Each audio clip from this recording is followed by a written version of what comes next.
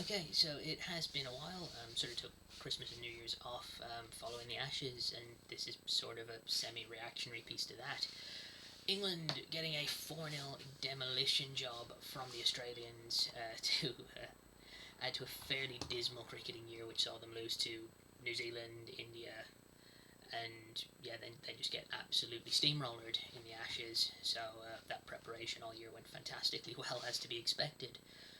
Um, which sort of got me thinking. I mean, we're probably not too far from an almost total rebuild with this England squad. It's not the youngest. I mean, it can't compete overseas at all.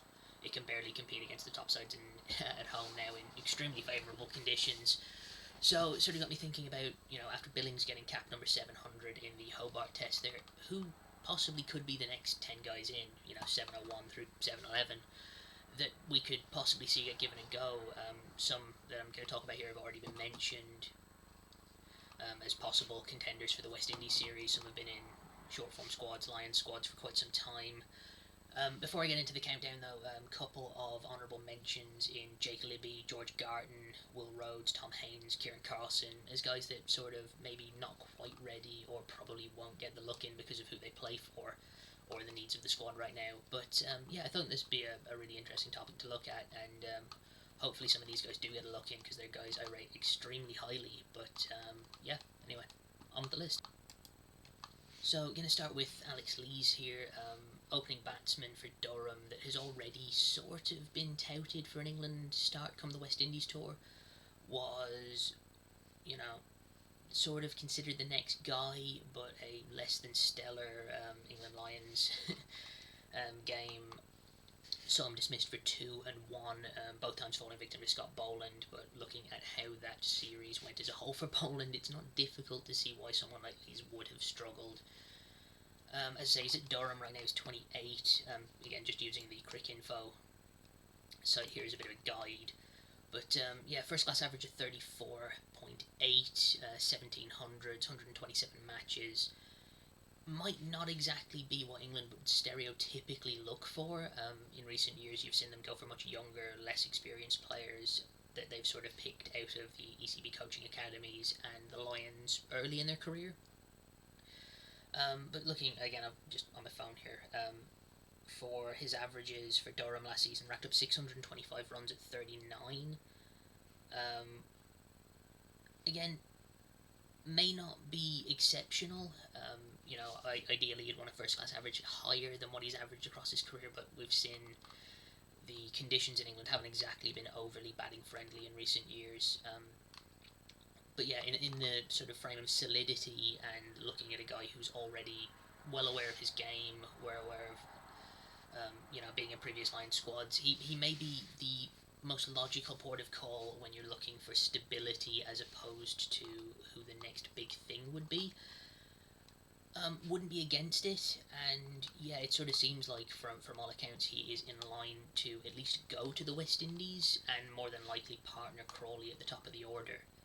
So yeah, Lees seems probably the most likely on this list, as he's been tossed around for quite some time. That I think maybe not within the next 18 months, more than likely the next 2 to 3 months, we might see him get a call up to the full England squad and probably get a go, considering how shaky we are at the top of the order. Okay, so second up, and again looking at the batting department, I have Josh Bohannon. Just a picture of solidity in the county game. 24 years old, he is much more of what England would stereotypically look to call up, but for whatever reason hasn't quite been given a go yet. One, I really don't get why he hasn't been in the team already. He's playing at Lancashire. They finished second in the county championship. They were Bob Willis Trophy runners up. He is a stalwart of their side at this point. Again, looking at 37 games, average of just under 44.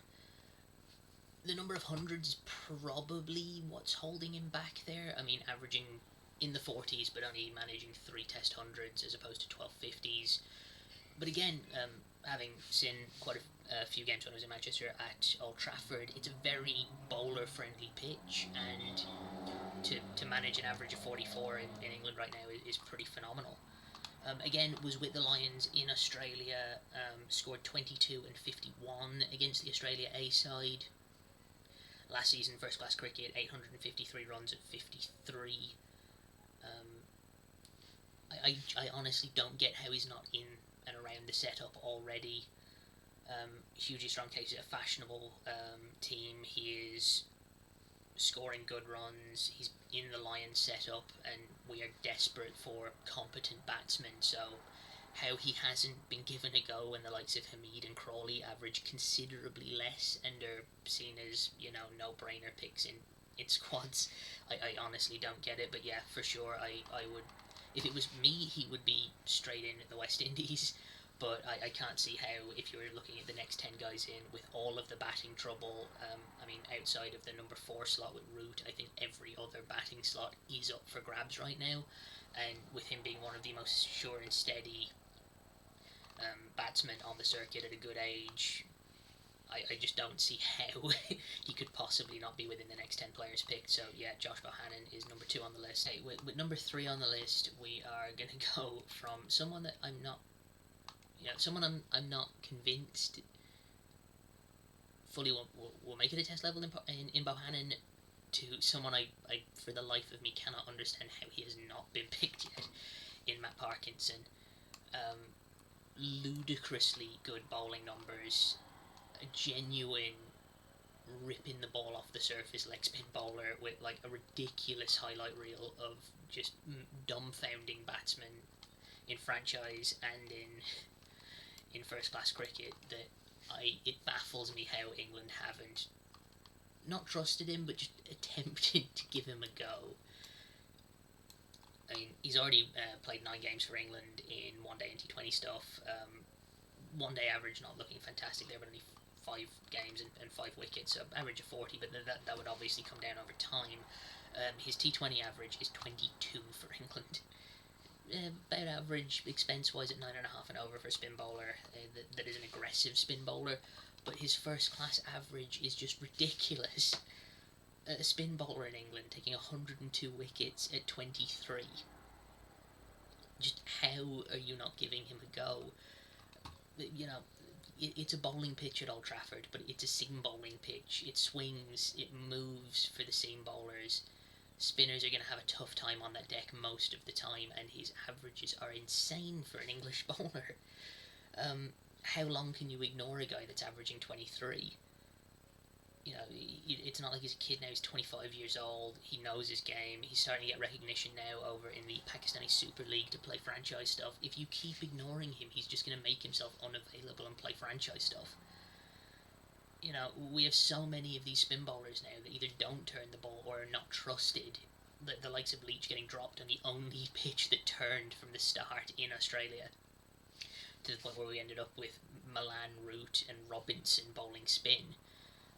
Dom Best going and not playing. I mean, his averages don't even get near to Parkinson. I think he took less wickets at like 10 more of an average. It is genuinely just confusing. But again, he gets picked on the Lions tour, doesn't play, and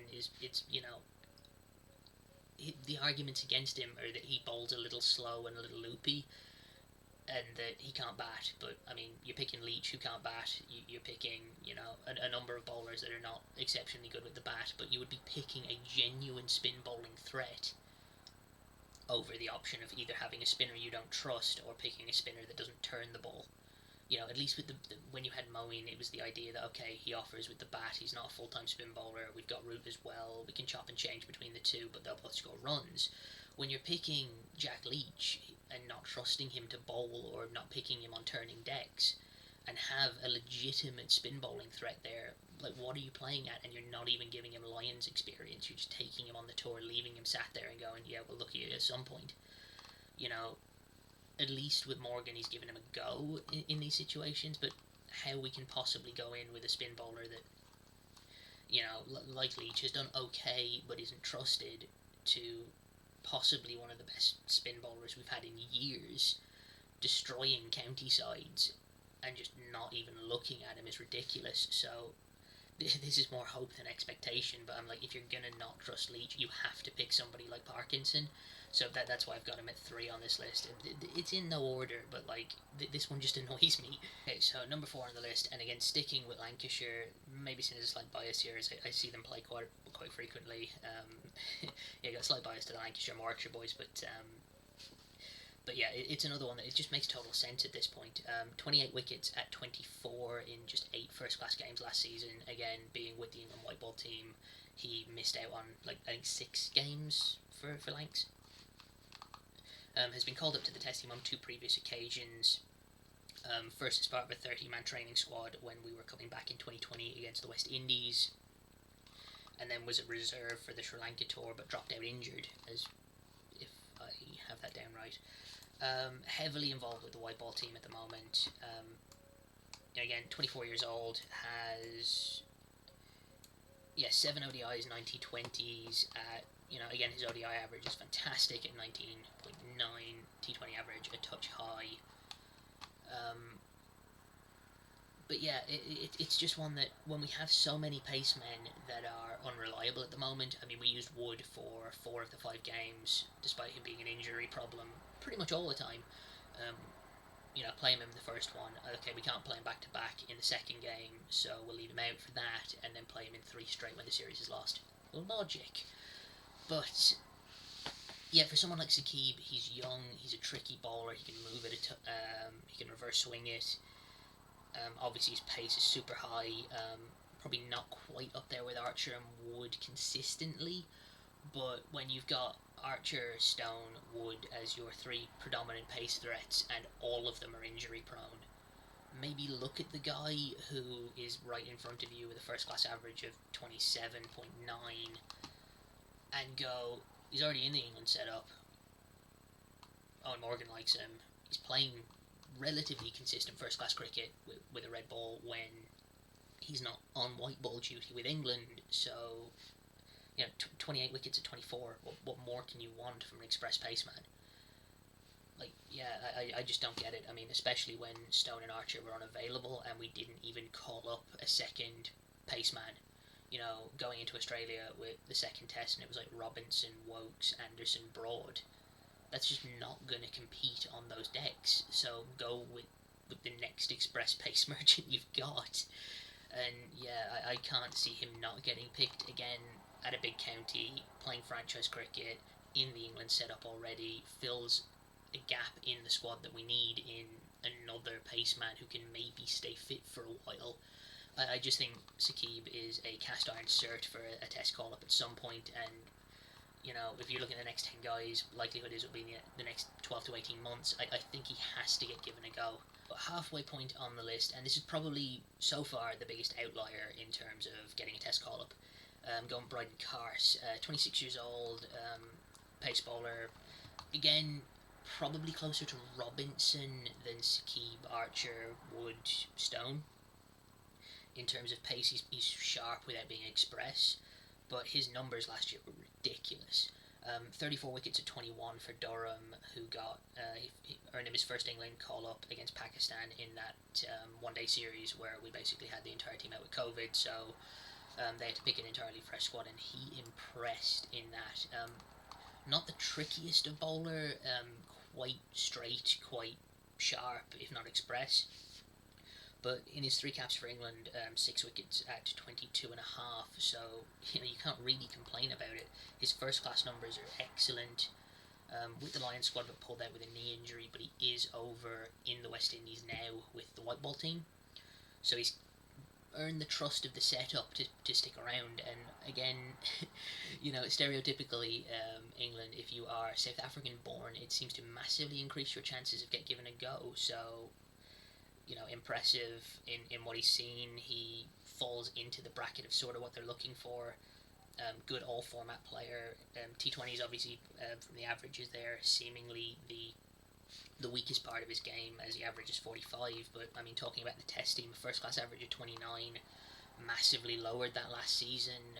Very good in 50-over cricket as well, so he'll have multiple chances to impress playing for Durham. So yeah, probably the closest outlier, as he's been involved in the setup the least, but with so many aging and injury prone pace options. Wokes is over 30, Jimmy's almost 40, Broad's mid 30s, Woodstone and Archer are unreliable fitness wise. I think there could be a point where you end up with possibly needing to chuck 3 or 4 extra pacemen into the mix to see what sticks. And honestly, if he continues the way he's playing and he's in the setup anyway, Bryden Cars could be a really, really good option for England. And yeah, that's why I've got him at the list at number 5.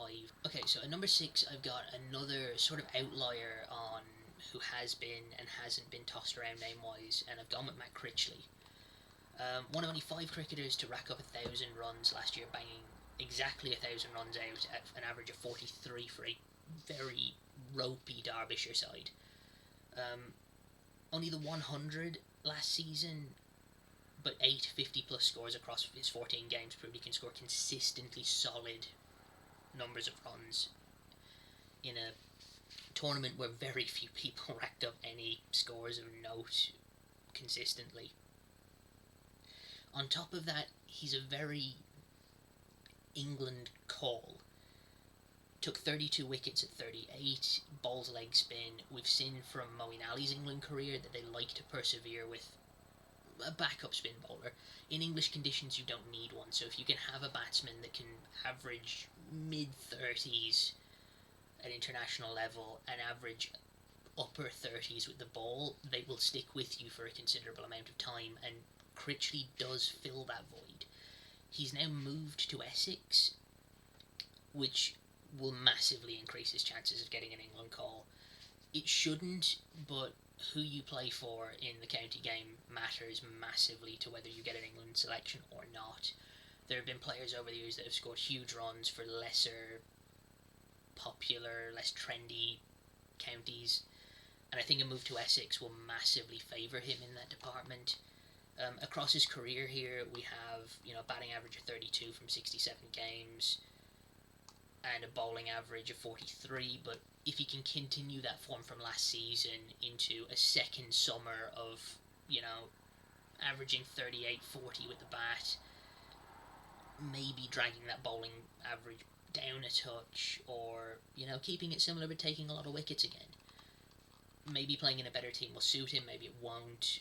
You never really know in these scenarios, but it's the sort of player England will look to fill a problem that could be solved by picking an actual spin bowler. But they'll see it as, in England we don't need one, let's go with a batsman that can dabble and can get us through to the new ball and eat up overs. Again, he was in the Lions squad this last time around. I just, again, not someone I would necessarily pick, having not seen a ton of him, but it seems like a very England test team pick to go with a guy that will be good without great with the ball, but can add to a failing batting order. You can slot him in at 7, 8, allow him to toil away with the ball and rack up whatever he can with the bat lower down to fill the void left by 1, 2, 3, 5, 6 in the batting order that are still massive question marks.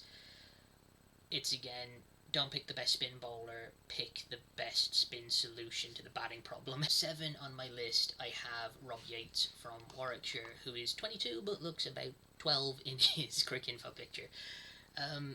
One of the leading lights for a Warwickshire team that exceeded expectations last season, winning the county championship. 783 runs, 400s, average of 38, so not quite up there average-wise with some of the top guys across the summer, but I don't think anyone bettered 400s. Maybe someone got 5, I can't think of it off the top of my head, but 400s in a summer for a 22-year-old surely puts him in contention. Was with the Lions squad there in Australia, scored 1 and 41, both times falling victim to Nesser, who again looked a good international bowler, not great. Got found out by a 32-year-old Aussie paceman who ended up playing in the series. No harm there.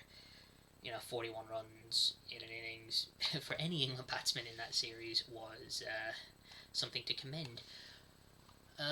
He is named as one of the more likely candidates to get a go in the West Indies, more than likely as opener number 3 to Yates and Crawley.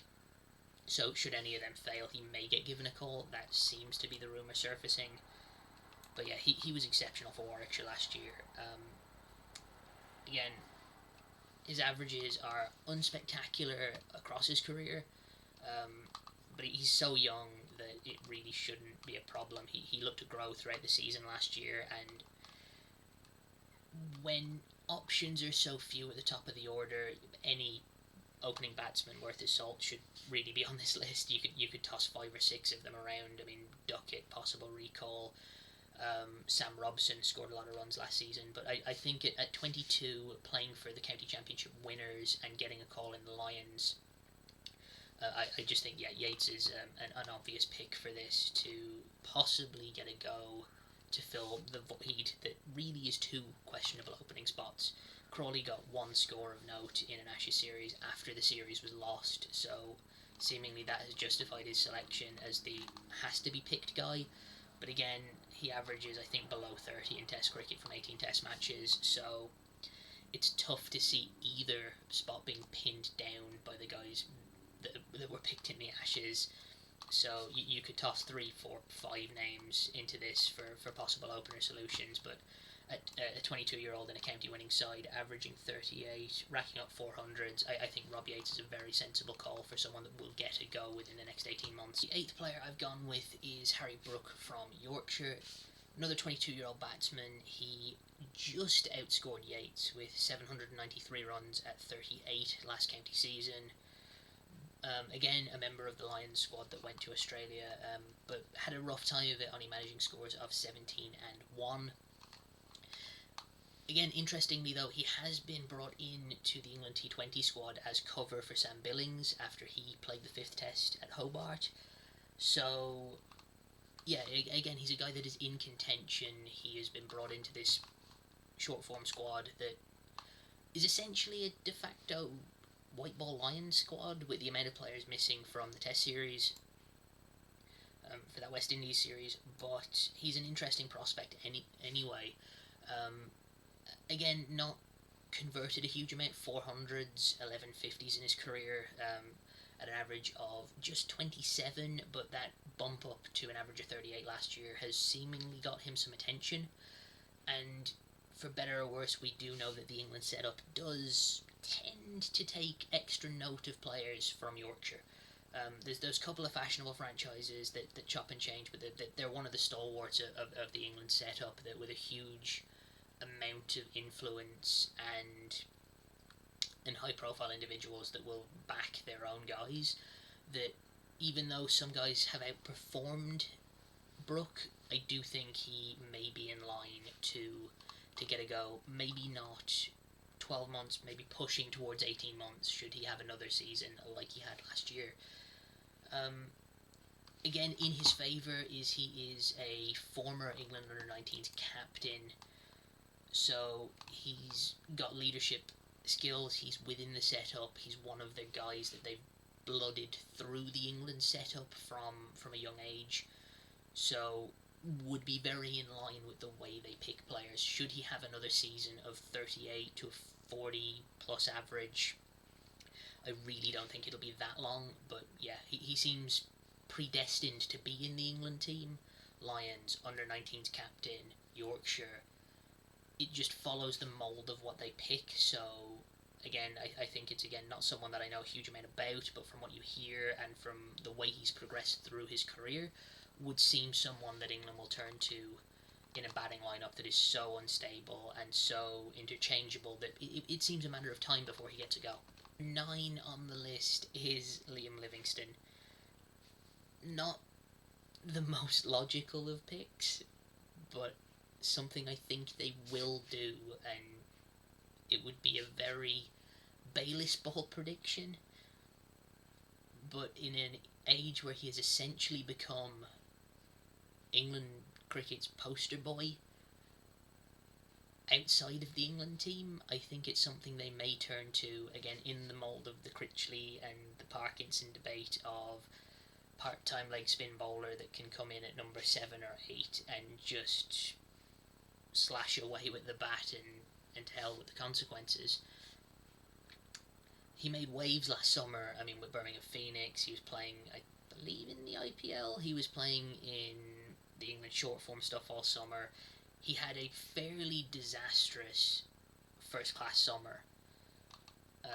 Averaged just 11 with the bat and averaged 62 with the ball, but his performances in the white ball stuff shouldn't come into account when picking for the England Test team, but they do. And especially under Bayliss in the past, it was a very predominantly white ball focused team. In an age where we attempt allegedly to reinvent the red ball game, he is an exceptionally gifted player, but I think it might be, in slight case, a panic pick should someone like Ben Stokes continue to have fitness issues or want to take another leave of absence from the team. That someone like Livingston, with such a high profile, with such a strong presence and captaincy experience with Lancashire, may find a way into the team regardless of his form with the red ball. He's in there an average of 36 with the bat in ODI cricket, 28 with the ball in T20 cricket. He overall averages 38, so it's a very solid, if unspectacular, batting average. 700s, 1550s, first class bowling average of 36. It would seem, outside of his form last season, where he was so focused on white ball cricket with England, with the franchise stuff, that should he want to take more of a role in the first class game, that it would be a matter of time, because I would put him inching above Critchley and probably just above Parkinson, to be honest, in terms of who I think they would turn to wanting the balance if a Stokes was unavailable and they didn't want to persevere with a Bess or a Leach. So I think while it seems a very weird pick in terms of form with red ball, a high profile individual that does numbers online and is popular and is essentially a de facto poster boy after his performances for England's white ball team, I do think it's someone they will give a go, if not back all the way.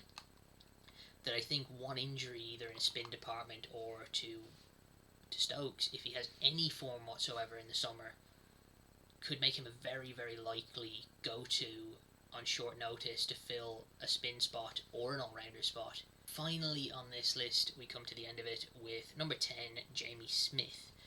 The youngest player I've included on the list, and probably the dumbest pick I made, or at least the least logical. Picking a wicketkeeper in an age where we've got Butler, Bairstow, Crawley... No. Butler, Bairstow, Billings, Pope, Burns... folks who keep or have kept in the past, to pick a 21-year-old keeper, but I think it's something that could happen. You've got Bairstow and Butler, who are at the tail end of their interest or longevity in terms of Test cricket. Ben Foakes they obviously don't trust, otherwise he would have been picked having had a higher batting average than both of the other two.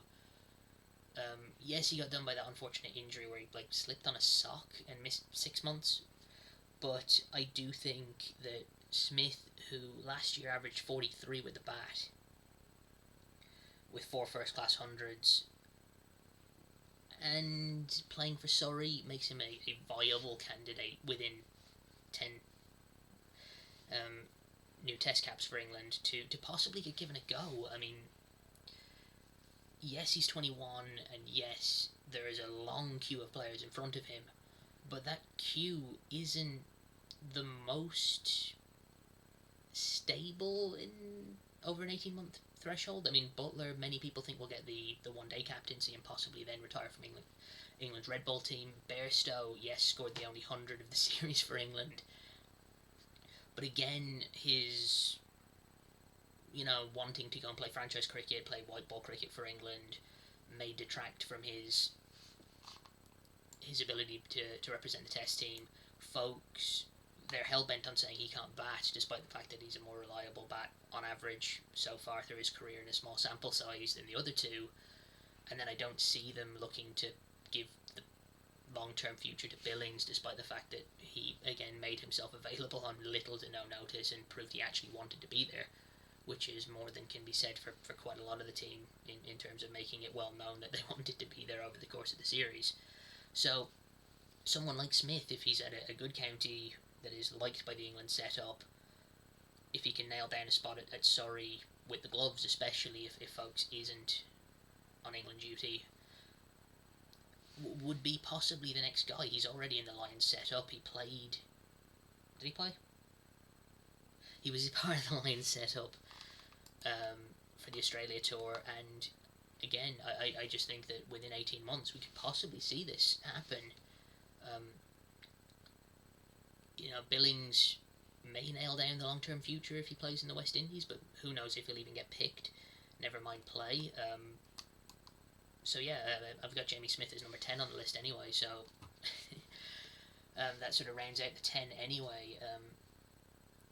Some very much more likely, some based on England's previous selection issues, and filling gaps that definitely need to be filled in the team. But I mean, with a team that's so unstable from 1 to 11, you could have 15, 20 players that may get a call for England by the time 2023's Ashes series comes round. So anyway, yeah, Jamie Smith wraps up the list. But yeah, drop your recommendations and who you think could possibly get the next few England calls in the Test team. For sure there'll be options tossed in there over the next little while. But yeah, like, subscribe, let me know if you want more lists. And until then, we'll see you when we come up with something else to do.